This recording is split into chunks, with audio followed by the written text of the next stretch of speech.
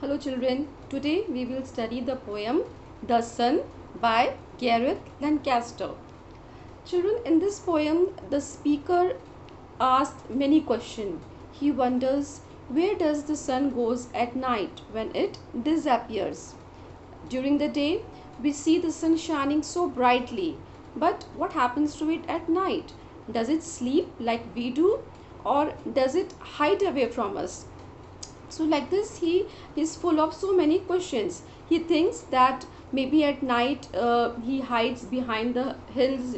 At night it grows very cold, it becomes very cold, so and the whole day it is giving us sunshine, warmth, and maybe it gets tired and to take rest it goes behind the hills and sleep or maybe take rest. He also wonders that the sun has a home, or maybe in Rome or maybe in London, or is it homeless and just moving from town to town. Then finally the speaker decides that no, actually the sun is moving round the earth. Since the earth is round, so it moves round the earth, and wherever it goes it spreads its sunshine and warmth. So children, this is a beautiful poem in which the speaker imagines his questions and also gives an answer to it. So now I will read the poem and then we will see the line wise line explanation. So here it goes. The Sun by Gareth Lancaster. Don't you think the sun is bright? I wonder where it goes at night. Does it sleep or does it hide? Or is the moon its other side?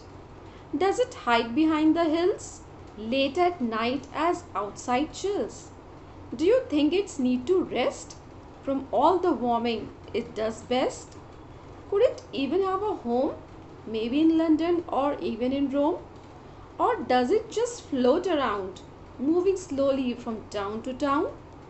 Yes, I think it must do that. After all, the earth's not flat. So the sun goes round and round, spreading sunshine on the ground. Nice poem, no? So first stanza I read out first and then I will give you explanation of that. Don't you think the sun is bright? I wonder where it goes at night. Does it sleep or does it hide? Or is the moon its other side? So what is bothering the speaker? The speaker wants to know where does the sun goes at night. It's in the during the daytime it's shines so brightly. So where does it go? Does it sleep like us, or it goes away from us? It hides away from us.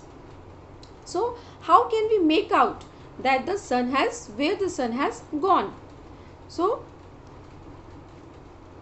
and the speaker also wonders that is it possible that the other side of the sun is moon? Because see, during the daytime we see sun and at night we see the moon. So is it possible that the other side of the sun is the moon? Does it hide behind the hills late at night as outside chills? Do you think it needs to rest from all that warming it does best? So why would the sun need to hide behind the hills? So maybe because it could be resting after a hard day of work, of keeping us warm and giving us sunshine during the day. It maybe it get tired, no? And like we work all day long and then at night we need rest. So maybe the sun also gets tired of giving us warmth and giving away all the energy it has. So maybe at night it also needs rest. So it is also possible that it goes behind the hills to take rest. Could it even have a home, maybe in London or even in Rome? Or does it just float around, moving slowly from town to town? So the speaker, what does the speaker thinks about its home? The speaker thinks that he wonders that the sun has a home, like we have a home. After all day work we go back to our home. So is it possible that all day the sun is working and its work is to give sunshine and brightness and warmth, and maybe at night it goes back to its home? So where is the home of the sun? Is it in London? Is it in Rome?